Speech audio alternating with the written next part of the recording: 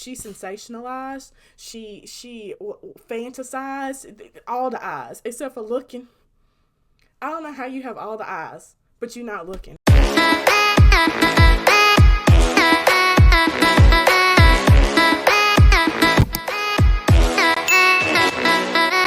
Hey y'all, and welcome back to my channel, Lovey with Nee. I'm your girl Nee, and if you haven't already, do me a huge favor, hit that subscribe button, also ring the notification bell so you never miss an upload. And y'all, Ashley has finally broken her silence, and I'm here to talk all about it. So let's get right into it.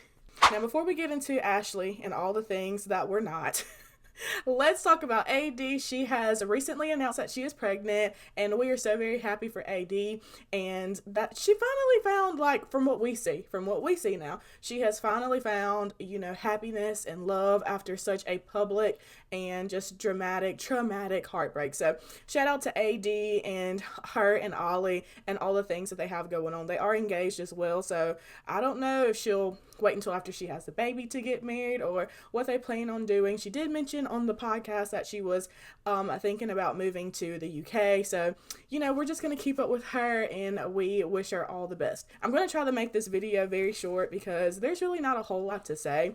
Ashley is getting a ton of backlash on the internet already with her interview, and I don't want to come at her at a diss kind of way. I don't want this video to be that. I do agree with the general senses of what everybody's saying online, so there's really no need for me to come back in and reiterate what everybody else is saying.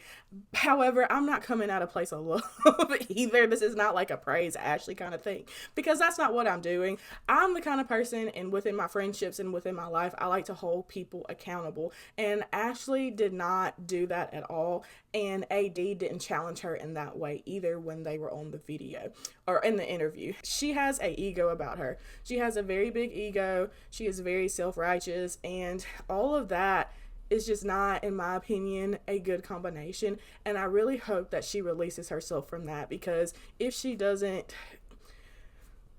life is going to be very difficult if we can't take accountability for our actions. And this is coming from somebody, me, who did not take accountability at one point in my life. Okay, accountability is a new word for me. I'm just now discovering how to be accountable and how to take responsibility for my actions despite what somebody else has done, okay? So I'm new to this. I'm not true to this, all right? So I'm talking to Ashley as somebody who is continuously and still in that taking accountability mode. She did mention that she was in therapy. I think your therapist needs to work on accountability, okay? Whenever I went through therapy, that was one of the first things that my therapist worked on me with. I would go in there and say, oh, my life is in shambles because of this. My life is in shambles because of this. And my therapist was like, well, what did you do? And I'm like, oh, I didn't do anything. I was always innocent. I was always the victim. And there's just no room to grow in that area. When my husband and I first started dating, he pointed that out to me too. He would ask me, oh, well, why did your last relationship end? Well, he did this and he did that. And he was like, oh no, that's a red flag. And so I had to really work through that and grow. And now I'm in a space where it's easier. It's not the easiest thing for me to do, but it is easier. And so I just wish that for Ashley to just learn how to take accountability. After a year, 2 years, I'm not really sure how long it's been since we last heard from her, but after an extended period of time, I was expecting a changed person. 180, no, but at least like 60-70% of a changed person. But she came on this platform being exactly the same person she was, a year, 2 years ago. There was no growth. There was no growth. There was just more daggers and more accusations and more finger pointing, and that was just a mess. When you really start to work on yourself and you really start to change yourself, reflection is one of the things that you do. Like I said, I'm someone that went through therapy, that's continuously going through therapy, and I'm always working on being the best version of myself. And there are some days where I go back and I think about things that happened in my life, and I'm like, dang, I wish that I could have done that different. I thought that I was the innocent party in this, but I can see where I'm not so innocent in this situation. And I think that knowing that and seeing myself as as they say, the villain, as the bad person in whatever conflict that it was, has humanized me and has taken me off this pedestal that I once had myself on. And I've been able to be a better person in my present day because of it. So Ashley really has to take time to reflect. There's no way that she can see all these videos, that she can see how she comes across on these platforms, on these podcasts, and not think that she was wrong in any way. Ashley does mention being in this secret wives club. And let me tell you, I am married. I've been married for 1.5 years, almost 2 years at this point. And if there is a secret wives club, I would really like to know. I will say this, there is, when you do become married, people do treat you different. And I will say, after I got married, there was a certain confidence in myself that I did gain knowing that I'm somebody's wife.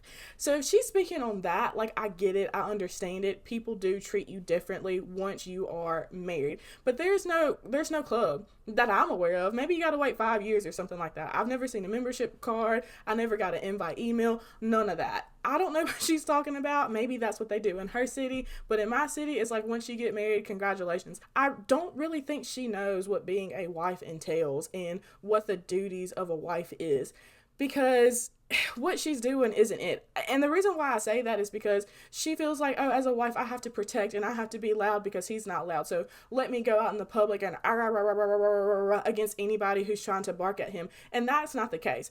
I will tell you this, I'm my husband's second wife, right? And if there was ever a situation where we had to sit down and discuss his past relationship or his past marriage, I'm not saying anything.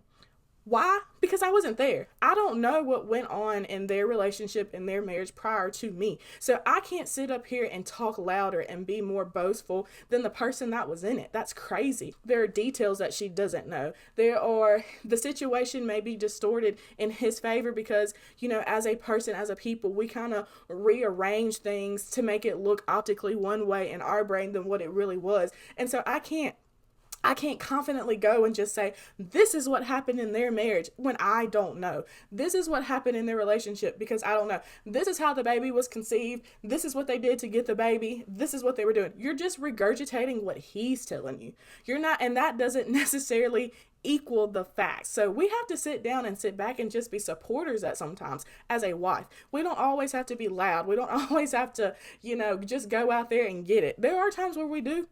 But it's in situations like this, no, girl, sit down, let him speak. He was in it. He knows. He can answer the questions better than you can. The only thing you can do is speak on his character and speak to his character and the way that he's treated you. You can't speak to his character and the way that he treated this other person because who he is today may not have been who he was 5-10 years ago, whatever the case may be. People change, people evolve, and we have to just take it at what we see. She did mention before she went out on stage, she asked him, am I sleeping with the enemy? Girl, if you have to question minutes before you go on stage, you for sure need to be zip-lipped. Zip it, lock it, put it in your pocket. If we've been talking about this for a year, and at the time, we know it's going to be addressed where it's at its tippy top, and I'm still asking you questions, I'm not saying anything.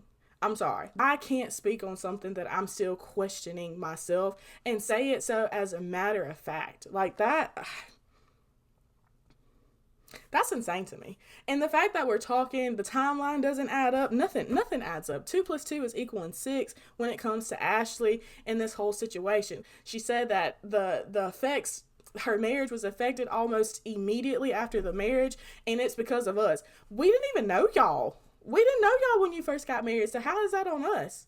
We did not know you. Bri didn't know what was going on either because she didn't see it till we saw it. So how were you immediately affected? It just doesn't make sense. Tyler's not the only person that was lying. And I'm starting to really think that, girl, this is all on you. This is all on you. And I'm not trying to come down on Ashley. I'm not trying to beat her up or anything, but in my friendships, we hold each other accountable. I will tell you when you're wrong. I say it with love, but you still wrong. I had a friend call me not too long ago. She was crying, y'all, snotting and everything, crying about a certain situation she was in. And I said, I'm so sorry that you were crying, and I'm so sorry that you're upset, but this is your fault. I'm here to help you, but I just want you to know I have to hold you accountable. And the reason why you're feeling like you're feeling right now is because of the decision that you made. How are we going to move forward? The end. The end. There has to be at least one friend in her group that has some sense. And that's probably the friend that told her that she was wrong. And you know what? She's probably not even friends with that friend anymore. Crazy. Insane. And after it's all said and done, the only person in this world she should be mad at is Tyler and herself. She should not be mad at Jesse.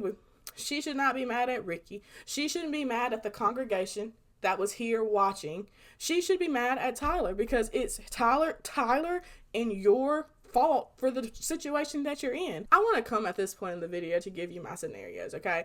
There are way, and I'm going to give PR is not even what I do, okay? I'm not a PR person. However, I do have common sense.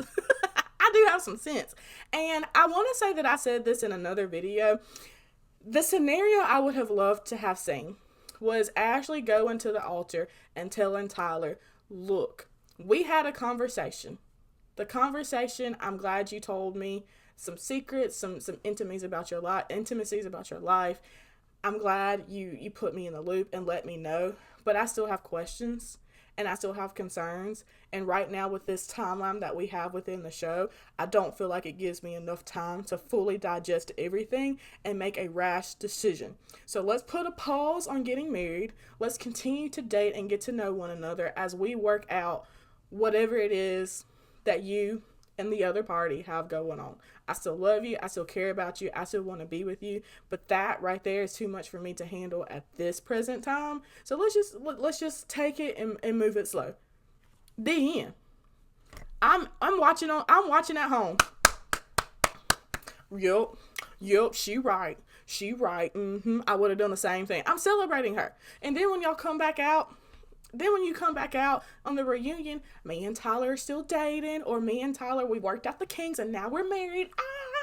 Now we're like, oh yeah, ooh. She knew, she worked it out. Like, it's all gravy. It's all cool. Now we can celebrate you. Now you are Tiffany, Brett, Cameron, and Lauren. And congratulations to them on their new bundle of joy. Okay, everybody having babies.